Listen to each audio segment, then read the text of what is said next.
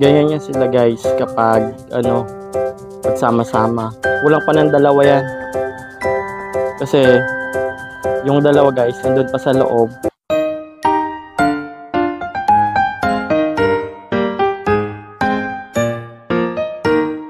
Sige, Rabia, iri pa. Iri mo pa, Rabia. Iri pa. Push!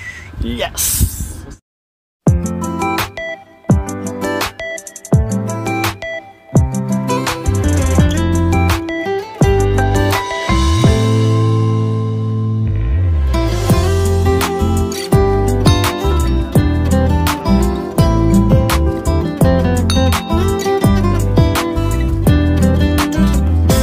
Alam nyo guys, kapag mag-aalaga kayo at gusto nyo magparami ng alagang aso, kung run size man yan or malaking aso man yan, standard na mga Shih Tzu o kaya malalaking aso, ang pinaka-kinakatakutan talaga ng mga breeder ay ang pagkakaroon ng sakit.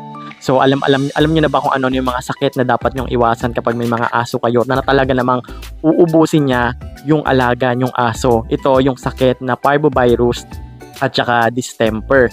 Sa mga first timer pa lang na mag-aalaga, lagi nyong tatandaan na kailangan nyong iiwas yung alaga nyong aso sa mga parvo at saka distemper at saka sa Ehrlichia. Ehrlichia nakukuha to sa garapata. Kapag maraming garapata, yung aso nyo infected yung garapata na may sakit na Ehrlichia, possible mapasa sa alaga nyong aso. Ang distemper naman at saka parvo, isa tong sakit na virus na talaga naman mabilis lang tumepok sa mga alaga nyong aso. Hindi lang isa, kundi lahat. Pagdating sa parvo, lahat ng aso nyo within 1 week. Kung 10 yung aso nyo, 1 week possible madeds lahat ng aso nyo kapag parvo. Kapag distemper naman is virus din na talaga namang titigok sa aso nyo, na ito yung pinaka nakakatakot talaga. Kasi unti-unti niyang papahirapan yung aso ninyo, unti-unti niyang papatayin yung aso nyo, unti-unti makikita nyo magsisisure, maghihirap yung aso ninyo kapag may distemper. Kasi ang sa distemper naman, ang tinatamaan sa aso is yung nervous system nila, kaya makikita nyo magsisisure yung aso ninyo. At kung mapapansin nyo guys, kapag merong distemper yung alaga yung aso, hindi nyo siya ma-admit sa vet. Pag may distemper yung aso nyo, ang gagawin nyo lang is mag-home remedies kayo. Kayo mismo ang tutulong sa aso nyong pagalingin yung aso ninyo. At depende pa rin talaga sa aso ninyo kung kakayanin niyang makasurvive. Based sa aking experience guys hindi lahat nakakasurvive sa distemper. Maliit lang talaga yung chance na makasurvive sa distemper. Kung makasurvive man yung aso ninyo, talaga namang mayroong may iwan na bakas kundi magsi-seizure siya. Ang parvovirus naman, ang tinatamaan naman sa kanya is yung digestion. So possible mga signs and symptoms kapag may parvo yung aso ninyo, nagdadiarrhea ng malangsa talaga, na bloody diarrhea kapag malala na, malangsa, walang ganong kumain, nagmumuta, nagsusuka, so lethargic, walang energy. So, ganon yung possible na mangyari na sign and symptoms nakikita nyo kapag may parvo.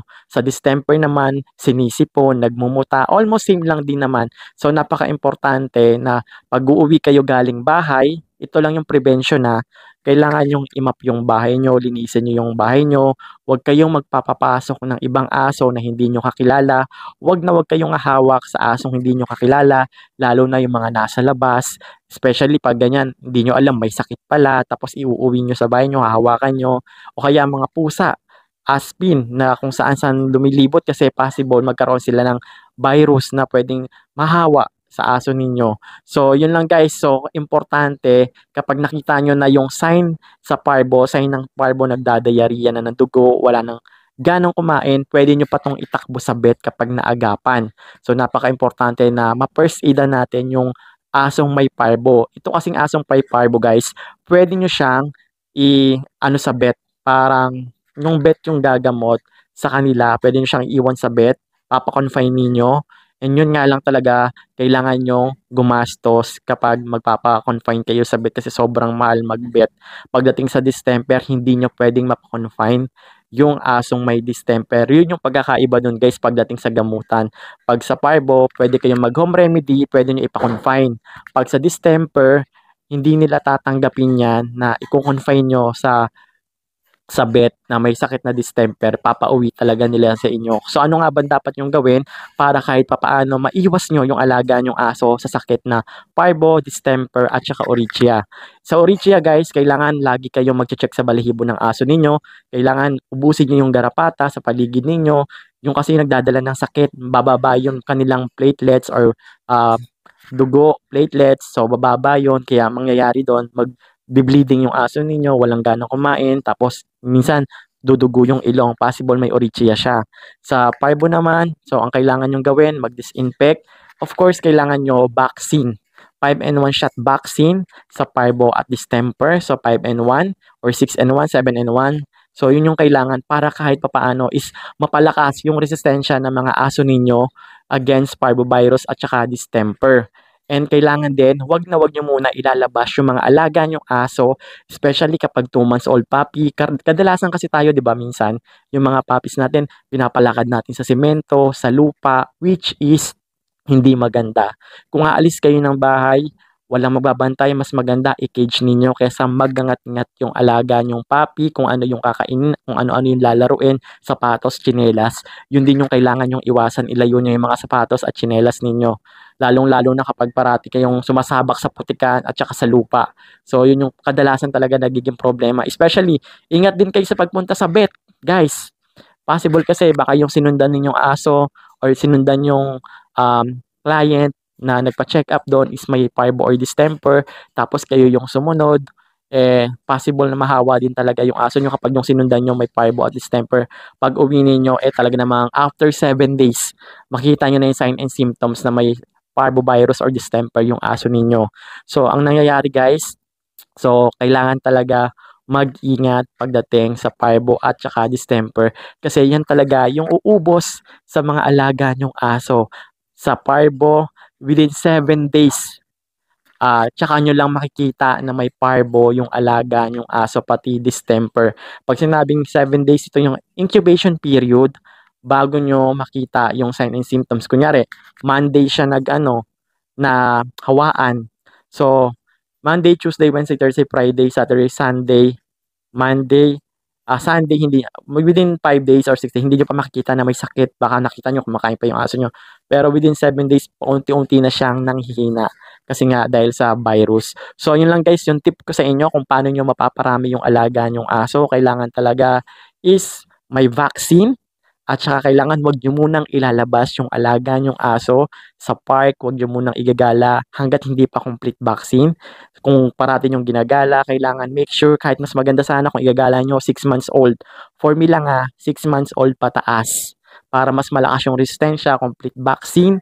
So pwede nyo siyang igala. And remember guys, hindi porket complete vaccine yung alaga nyong aso, hindi na tatamaan ng parvovirus. So, possible pa rin tamaan to ng parvovirus at saka distemper kapag gumaba yung resistensya ng aso ninyo. Kaya dito naman pumapasok yung mga vitamin supplement na kailangan yung ibigay para masustain yung good condition ng aso ninyo. And pwede nyo rin naman ipaboost yung vaccine ng alaga nyong aso. Tanungin nyo na lang sa vet kung kailan pwede ipaboost yung kanilang vaccine. Kunyari natapos nyo na yung 5-in-1 shot, tanong nyo, Dok, kailan ko po ba pwede ipaboost yung vaccine ng alaga kong aso? So, pwede yun guys para especially kapag magbubuntis yung aso ninyo, bago siya magbuntis or nireregla, paboost nyo na agad yung vaccine para kung plano nyo pagbuntisin yung aso nyo, mas malakas yung resistensya niya. So, yun lang guys. That's it for today's video. So, sana may natutunan kayo sa video na to kung paano nyo paparamihin yung alaga nyong aso. Yun lang. So, paano kayo magbe-breed. So, lahat ng breeder guys, lahat ng pet owner, itanong nyo kung ano yung virus na kinakatakutan nila. At I'm sure ang isasagot nila, parvovirus at saka distemper. So, yun lang guys. That's it for today's mini vlog. And if you like this video guys, so don't forget to click thumbs up. At kung nagustuhan nyo talaga to, so please follow me, my Facebook page, Chitsu Pau Family, sa Facebook page. At mag-subscribe po kayo dito sa aking YouTube channel na Chitsu Pau Family. And of course guys, huwag nyo kalimutan na i-hit ang notification bell icon on para manonotify kayo sa mga susunod nating panibagong video na gagawin dito po sa aking YouTube channel. At kung meron kayong question or suggestion So, mag-comment lang kayo dyan sa ibaba at pwede nyo akong i-PM sa aking Facebook page na Chicho Pop Family at sasagutin naman natin yung mga question nyo sa abot na aking makakaya. At yun lang guys, maraming salamat. Follow nyo na rin po ako sa aking TikTok account na Chicho Pop Family. And yun lang. Thank you for watching. Bye-bye.